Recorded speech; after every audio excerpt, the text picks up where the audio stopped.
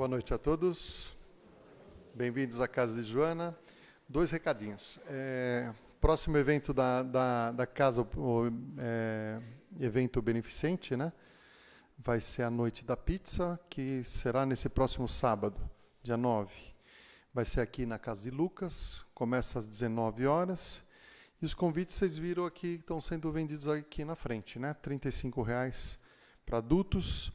Crianças até 6 anos não pagam e crianças de 7 a 10 anos pagam meia. Então é uma noite interessante, estão todos convidados. Outro recadinho, no dia 21 de novembro, é uma quinta-feira, a gente vai ter a palestra com a doutora Mônica Medeiros. E eu não vi essa palestra, mas falam que é muito interessante, tá? Vamos então nos acomodando nossas cadeiras. Vamos procurar abrir nossos corações e mentes, fazer nossa ligação com o plano espiritual. E vamos começando por sentir bem juntinho a nós, nosso querido mentor, nosso querido anjo protetor que tanto cuida da gente. Vamos elevando nossos pensamentos e nos ligarmos a Joana de Ângeles, querida mentora dessa casa que tantos nos recebe com todo o seu amor e carinho. Vamos projetando a doce figura de Mariana de Nazaré em nossas telas mentais e vamos pedir à nossa querida mãezinha que nos ajude nessa nossa ligação com o plano espiritual e que nos leve até seu Filho Jesus. Diante do Mestre, vamos abraçá-lo com todo o nosso amor e carinho, agradecendo aquilo que sempre fez por nós. Finalmente vamos elevando nossos pensamentos ainda mais alto e vamos ligar a Deus Pai. Pai de amor, de luz, Criador do universo e de cada um de nós, pedimos a sua licença para iniciarmos nossos trabalhos e assim vamos envolver com muito carinho o nosso irmão Flávio, que fará a palestra dessa noite. Que assim seja.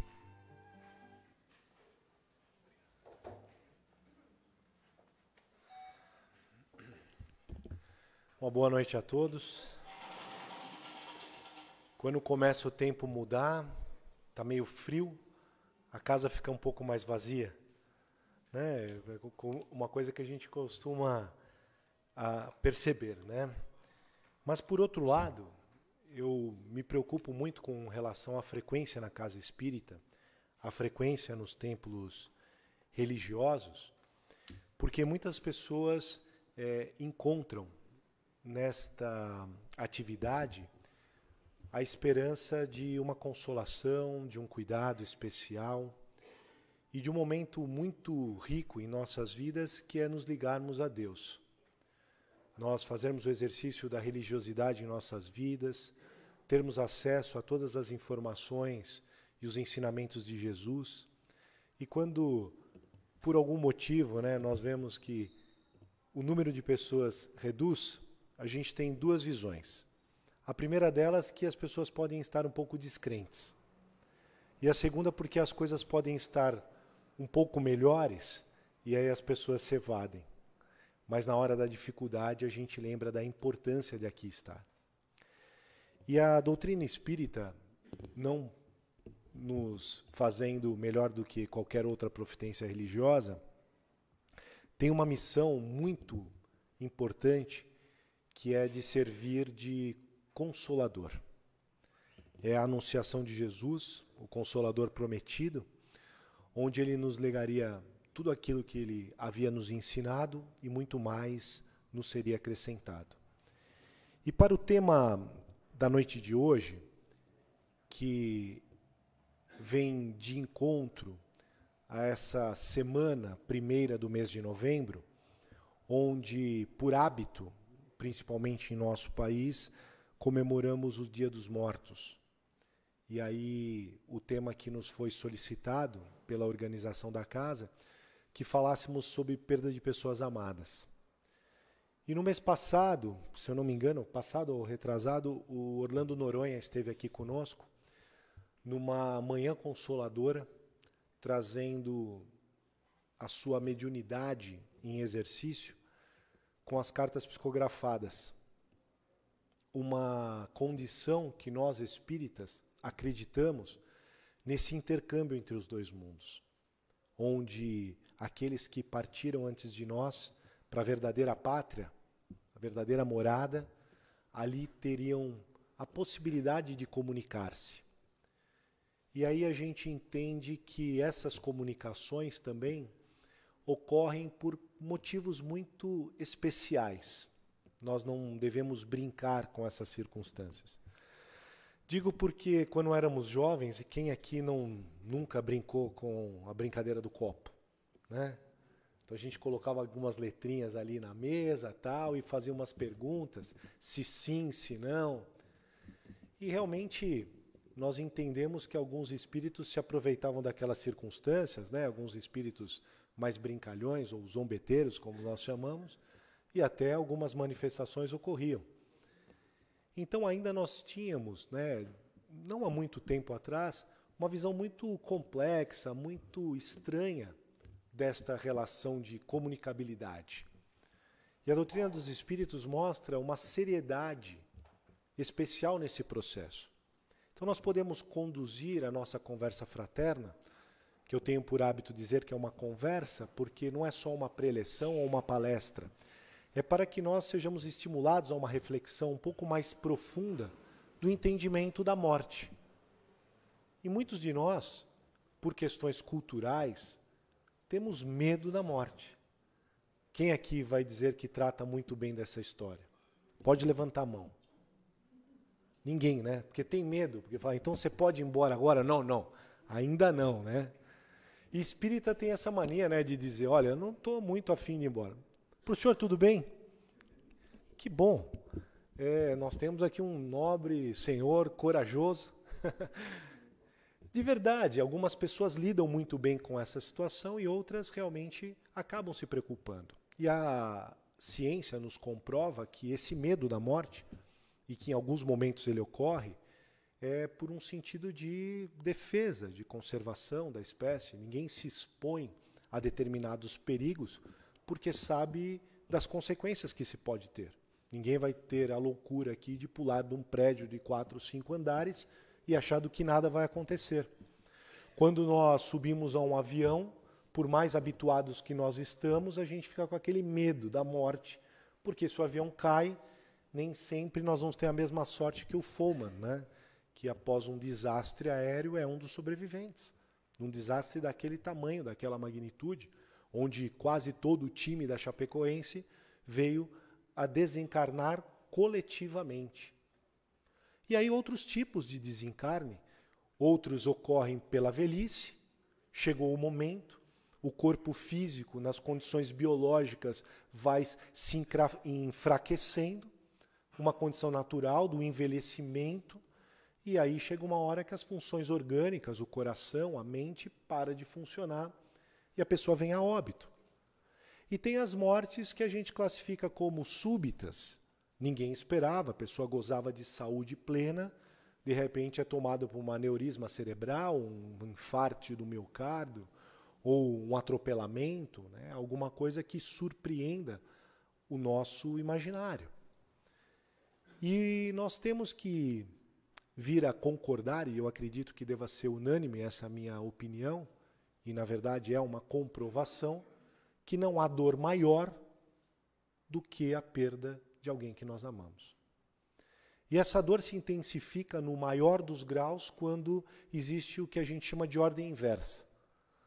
Um filho ser acometido por uma situação qualquer, vir a falecer, e a família, o pai, a mãe, ficam vivos e presenciam essa situação. Então, nas dimensões psicológicas, nós sabemos que esta é a maior dor para o enfrentamento de uma perda. E eu tenho, nesse meu ministério, muitas vezes falado sobre a questão da morte.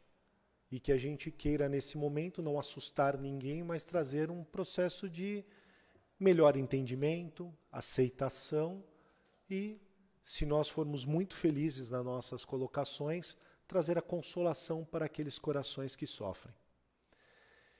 E é uma pretensão, porque nós sabemos que nas dimensões psicológicas as pessoas têm um tempo para viver o luto. E esse tempo varia de pessoas para pessoas. Tem pessoas que têm um enfrentamento da situação do luto, da separação, da perda, com muito mais facilidade, podemos assim dizer.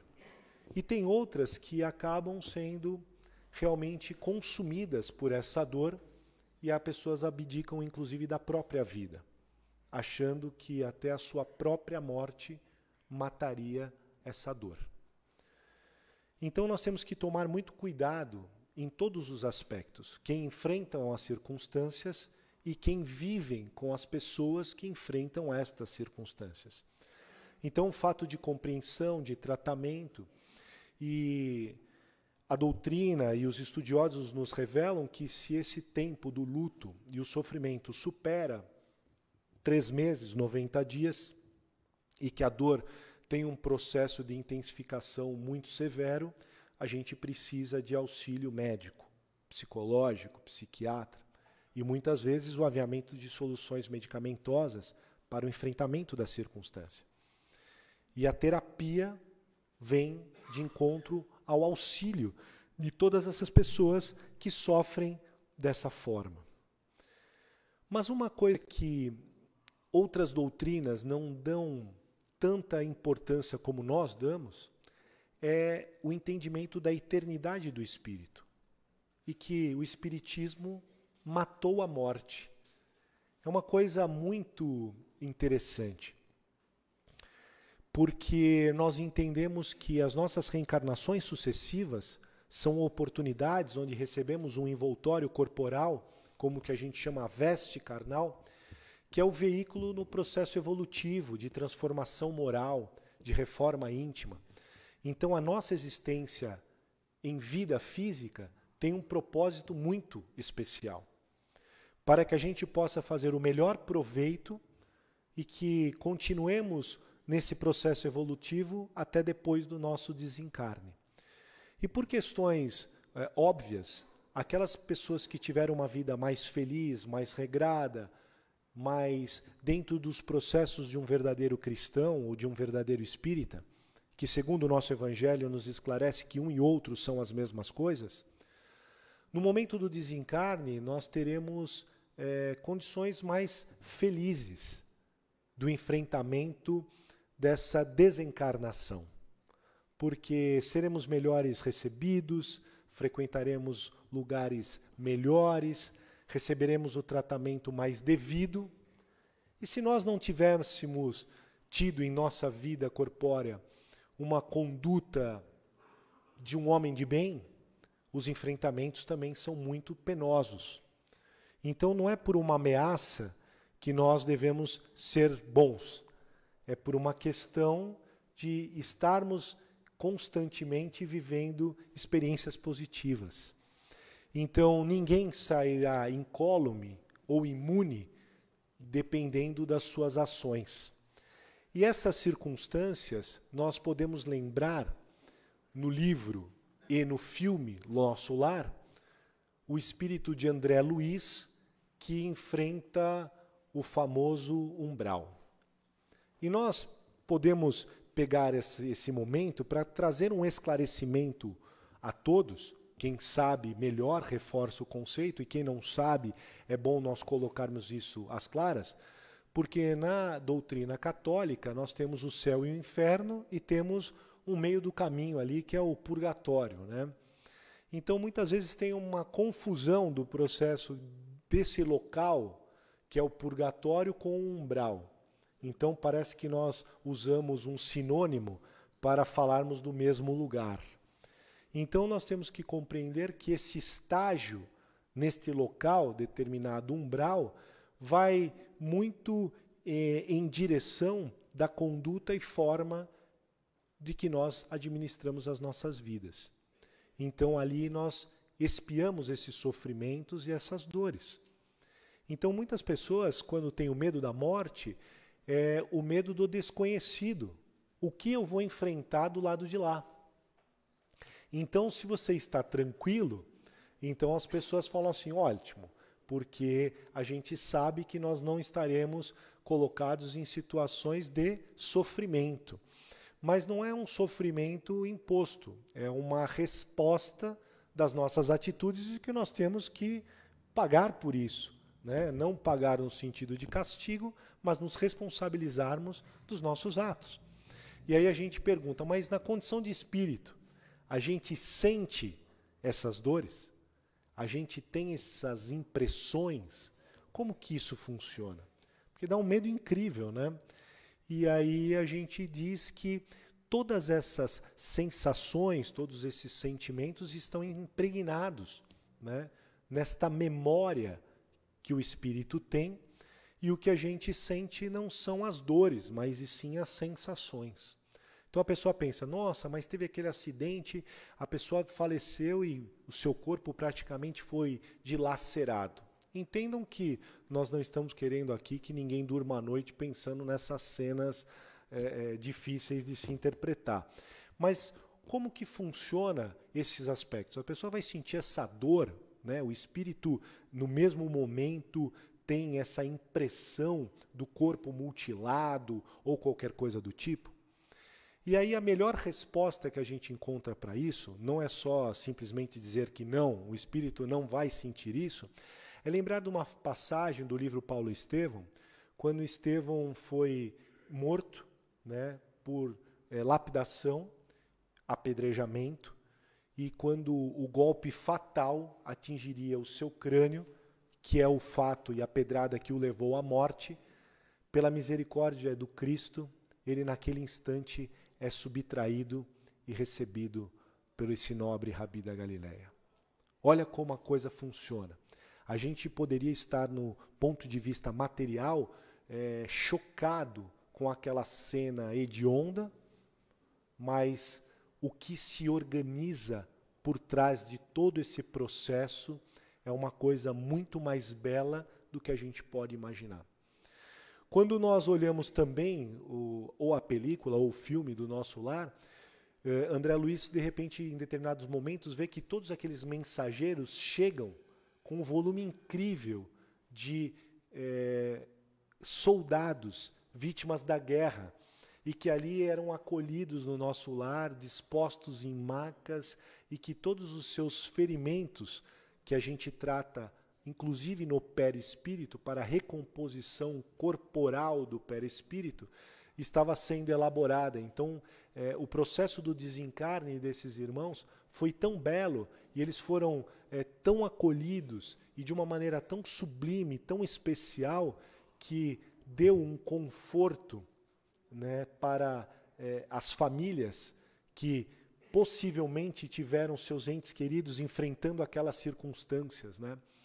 Mães que se encontram às vezes desesperadas, né? Pois o filho desencarnou vítima de uma bala perdida, de um assalto mal sucedido, de um acidente gravíssimo de veículo ou de moto, né? Então a gente percebe que fica impresso na mente desses familiares a dor, o sofrimento. Então a gente ainda está muito vinculado às partes materiais. E a gente muitas vezes não dá o crédito necessário do trabalho amoroso que a espiritualidade se organiza para acolher esses espíritos. Existe um livro da Lavra também de Chico Xavier que chama Obreiros da Vida Eterna e que mostra o processo desencarnatório, né, de 5 espíritos. E cada um enfrenta uma circunstância diferente. E os 2 casos que mais me marcam, em todas as vezes que nós mencionamos essa literatura, é uma obra que é um romance, um tratado poético, que trata da morte de uma condição tão simples e que a gente olha aquilo com tantos bons olhos que a gente se sente até melhor. Eu fiz um comentário anterior e não concluí meu raciocínio. Como eu sempre tenho esse trabalho de falar sobre o processo desencarnatório, falar sobre as consolações, o momento da perda de entes queridos, eu sempre pedi a Deus uma coisa, né, que eu não tivesse que vivenciar algumas experiências para que eu mostrasse como um testemunho essa dor. E aí mostra a minha fraqueza, né? Como eu dizia, tantas mães que eu tentava fazer com a consolação e de repente enfrentar a perda de uma das minhas filhas. Mas toda vez que me vem esse pensamento, automaticamente eu mando uma resposta para o cérebro, que é um treino que a gente faz dentro da neurolinguística, de dizendo que eu deposito absoluta confiança no Criador. E que se eu tiver que passar por experiências semelhantes, é o que está no meu processo encarnatório. E que eu tenha uma conduta tal, né, para que eu seja, se na misericórdia de Deus for possível, poupado dessa dor. Mas não fui poupado de uma outra dor, né? E eu comentei isso numa das palestras que nós fizemos no dia do Orlando, que minha mãe enfrentou um processo desencarnatório numa idade ainda muito jovem, 53 anos de idade. Uma aneurisma cerebral muito severa, no meu primeiro dia de trabalho mediúnico na casa espírita em que eu frequento, e para marcar o dia, ela ainda desencarnou, iniciou o seu processo desencarnatório na casa espírita. E aí meus amigos falam assim, nossa, mas era para você nunca mais ir lá. O dia que você começa, sua mãe morre dentro do centro. E aí a gente enfrentou isso de uma maneira muito mais bem-humorada, né? Eu acho que ali ela deixou um legado, né, de todo o ensinamento, de toda a orientação, para que eu desse continuidade no trabalho que ela havia iniciado. Então esses são alguns exercícios que a gente promove para a nossa própria mente, para o nosso coração, para que a gente tenha um enfrentamento melhor dessas circunstâncias. Quantas mães, enfrentando a perda dos seus filhos, cuidam dos filhos de outras mulheres, né, de outros casais, esses órfãos, muitas vezes, que nem pai e mãe têm. Então é o momento de um estímulo para que a pessoa use da dor o remédio para a tratativa, né, dessas circunstâncias. E a gente vê casos maravilhosos, né, de pessoas que se entregam, e entregam a sua vida e acabam sendo confortadas de maneira muito, muito especial. E dos dois casos que eu havia falado, um deles era que nós pudéssemos entender que a comunicabilidade entre o mundo material e o mundo espiritual não ocorre só por meio da psicografia, né? E muitas vezes, no momento do sono, onde o nosso espírito se desprende do corpo e a gente é levado para o encontro, muitas vezes, desses entes queridos. Ou esses entes queridos são trazidos ao nosso encontro. E quando acordamos, né, ao amanhecer, nós temos em nossos corações um preenchimento de alegria, de satisfação, e aquela lembrança de sonhei com meu pai, sonhei com a minha mãe, sonhei com meu filho, e parece que nós somos tomados de uma alegria tamanha. E aí eu lembro que a irmã Zenóbia, que é quem coordenava a casa transitória, né, e coordena a casa transitória, que acolhe esses espíritos, permitiu que uma das mulheres que tinha o seu esposo desencarnado promovesse esse encontro entre ambos. E ele é recebido, né, e ele está muito bem em espírito, e a mulher olha surpreendida como ele está bem. E naquela conversa, o espírito, num grau de evolução e de entendimento, porque saibamos, né, nossa condição intelectual, podemos assim dizer, na posição de espírito, é muito melhor do que da nossa na condição encarnada. E o espírito promove com essa esposa, nessa conversa, uma condição de bem-estar, de oferecer para ela tranquilidade e a oportunidade, como se fosse um aval, para que ela tivesse o recomeço da sua vida e da sua história. Que ela pudesse ter um companheiro, que pudesse auxiliá-lo no tratamento e no cuidado e na educação dos seus filhos, que contribuísse financeiramente com as despesas da casa, e que essa nova união promoveria momentos mais felizes. Olha que consciência. E ela precisava desse aval. E a irmã Zenóbia, como era e é muito romântica, amorosa, oferta uma luz numa rosa, né, numa flor muito perfumada, para que o espírito ofertasse à esposa. Olha que coisa linda. Ela materializa, né, aquela flor, entrega para o desencarnado, que pudesse entregar para o espírito da esposa. E ela pega aquela flor energeticamente, né? Então a gente tem que compreender que aquela materialização ocorreu nas dimensões do espírito. Quando ela acordou pela manhã, ela tinha na sua mão o sentimento, o tato do caule da flor. e ela sentiu o perfume daquela flor. Então olha como as coisas ocorrem numa dimensão tão bela, tão bonita. E esse é um fato real, retratado ali na obra, e que realmente aquilo me tocou profundamente, né? Vim ficar muito emocionado quando eu vi tudo aquilo, né? Olha que processo lindo de história, porque normalmente os ciúmes é o que rega, né, as relações, é o que muitas vezes comanda. Então pensa assim, nossa, se eu desencarnar, até os casais brincam, eu quero saber se logo você vai colocar alguém aqui dentro de casa, né? Começa aquelas brincadeiras, né? Ou coisas sérias que estão falando, e esse processo pode virar até obsessivo, né? Porque realmente o espírito pode não se sentir confortável com aquela situação e acabar obsediando a família e o casal, porque ele ali perturbado da forma que está, não consegue.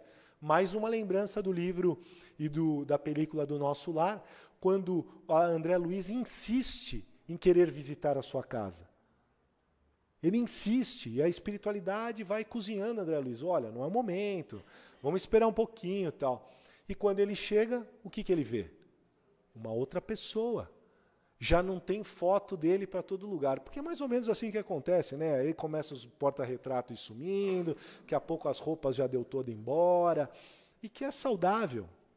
Nós devemos respeitar aí o prazo até determinado ou orientado ou sugerido por Francisco Cândido Xavier, que nós esperemos 72 horas após o desencarne, até inclusive para os casos de cremação ou se desfazer das coisas e tudo mais, para que o espírito realmente não, em um momento de perturbação, né, realmente tenha um prazo natural, aceitável para essa condição. E o outro fato que me traz na lembrança também dessa obra é quando uma das maiores trabalhadoras da doutrina, da seara espírita, e que tem no seu centro também uma casa de assistência à infância e juventude, ela já em idade avançada e muito doente, já fazendo hora extra, né? O que a gente chama, pela atividade que ela realizava, uma moratória que a espiritualidade concedeu a ela, para que ela pudesse dar continuidade aos seus trabalhos. Então isso acontece. Eu não digo que Divaldo Pereira Franco, eu não estou falando isso com absoluta certeza, mas Divaldo Pereira Franco, com 93 anos, ter a vitalidade na oratória, nas viagens e tudo mais para divulgação da doutrina e levando tantas consolações, é um caso que realmente a gente percebe de uma assistência especial da espiritualidade para o ministério do Divaldo Pereira Franco e, com certeza, a moratória, né? Entre outros casos. Só que essa irmã estava muito cansada, o seu corpo já desfalecido. E aí o que acontecia? Na plenária, né, na palestra pública, vamos orar pela irmã, tal, e todo mundo pedindo para que ela não desencarnasse, tal, estava com 90 e poucos anos, sem saúde, nada. Era até uma incoerência o pedido e a rogativa. E foi criando, através desses pedidos, olha que nós estamos bem intencionados, mas a gente às vezes causa alguns problemas. Foi criando ao envoltório do corpo e o espírito dessa irmã uma teia que impedia o processo do desligamento. Então o que acontece? Vamos lembrar algumas circunstâncias. Você está lá no hospital, seu ente querido está na UTI e você está lá, segurando a mão dele. Ai, não vai, não vai, não vai. Não vai. Aí chega alguém e fala assim para você, olha, faz o seguinte, vai para casa, toma um banho, janta, depois você volta. Mal chegou em casa, ligam. Morreu. Não é? Não estou querendo trazer a situação tragicômica, mas é o que acontece. E aconteceu comigo também, porque quando iniciou esse processo de desligamento da minha mãe, foi a mesma coisa. E estava todo mundo lá. Não, mãe, não vai, não vai. Meu irmão, eu, tal, tudo. Aí as enfermeiras falaram, faz o seguinte, vai, eu ligo para vocês, não adianta ficar aqui na UTI e tal, tudo. Batata, chegamos no trabalho, fizemos uma oração, um evangelho. Eu e meu irmão ainda fizemos, por um agonizante, né, nós abrimos o evangelho. Minha mãe estava agonizando, então nós lemos tudo e tal. Quando a gente chegou no escritório, ligaram para nós, olha, sua mãe desencarnou. Aí meu irmão, meu Deus, nós não devemos ter lido aquela passagem do evangelho. Mas foi bom. E o que valeu foi a energia que nós tivemos na volta. logo após a morte. Abrimos o Evangelho de novo, fizemos a leitura do logo após a morte, tirando ainda os tubos ali da UTI, para que aquele momento tivesse banhado por uma oração e uma condição muito mais positiva. E para finalizar a história dessa irmã, a irmã Zenóbia, o que ela fez? Chamou os dirigentes da casa, colocou todo mundo numa plenária e falou assim, olha gente, bom senso, chegou o momento dela, tem que ir embora, para de história, para desse pensamento. E todos aqueles espíritos foram trazidos na condição do espírito, foram orientados para que mudasse a noure de pensamentos, para que a irmã pudesse desencarnar. E como é que foi o desencarne dela?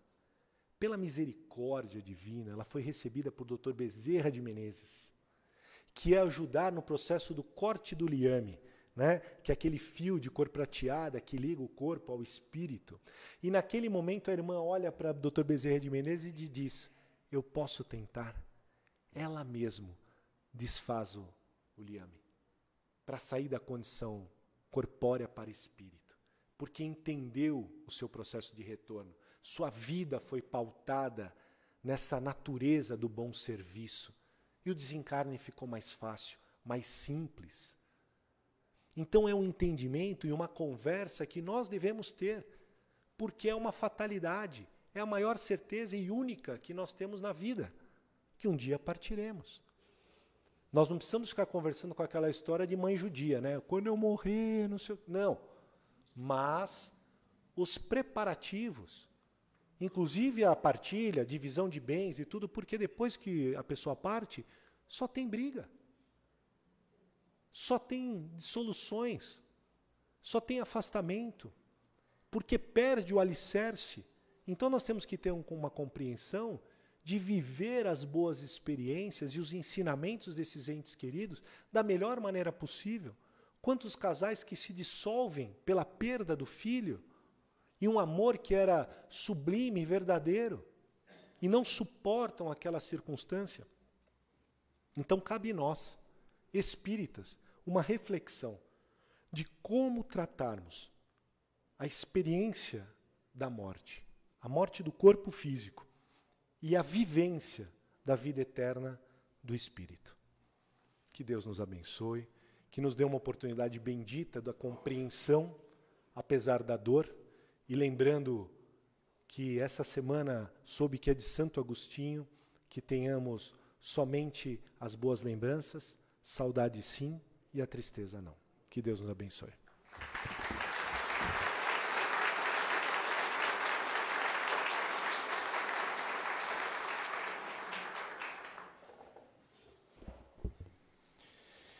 E nesse ambiente tão carinhosamente preparado pela espiritualidade, vamos agradecer a Deus Pai pela oportunidade de estarmos aqui essa noite. Obrigado, Pai, pelo tratamento que recebemos assim que entramos nessa casa bendita. Obrigado, Pai, pelas palavras que nosso irmão trouxe até nós. Obrigado, Pai, por sermos frutos do Teu amor, da Tua vontade, pela oportunidade de vida com todas as suas experiências. Obrigado, Pai, pelos momentos de felicidade e também pelas dificuldades que tanto servem para o nosso crescimento. E mais uma vez estamos aqui reunidos em nome de Jesus, com nosso irmão maior que caminha entre nós, com seu coração pulsando amor no centro desse salão, amor esse que envolve todo esse ambiente, que envolve cada um de nós, que cuida de cada um de nós. A nosso Mestre Jesus, todo o nosso amor, nosso carinho, nosso agradecimento pelos seus ensinamentos, pelos seus exemplos. Obrigado, Jesus, por nos mostrar o caminho da verdadeira felicidade, que é o caminho da luz, que é o caminho do amor, que é o caminho que nos leva até o Pai. Pai nosso que estais no céu, santificado seja o vosso nome, venha a nós o vosso reino, seja feita a vossa vontade, assim na terra como nos céus. O pão nosso de cada dia nos dai hoje, perdoai as nossas ofensas, assim como nós perdoamos quem nos tem ofendido. Não os deixeis cair em tentação, mas livre-nos de todo o mal.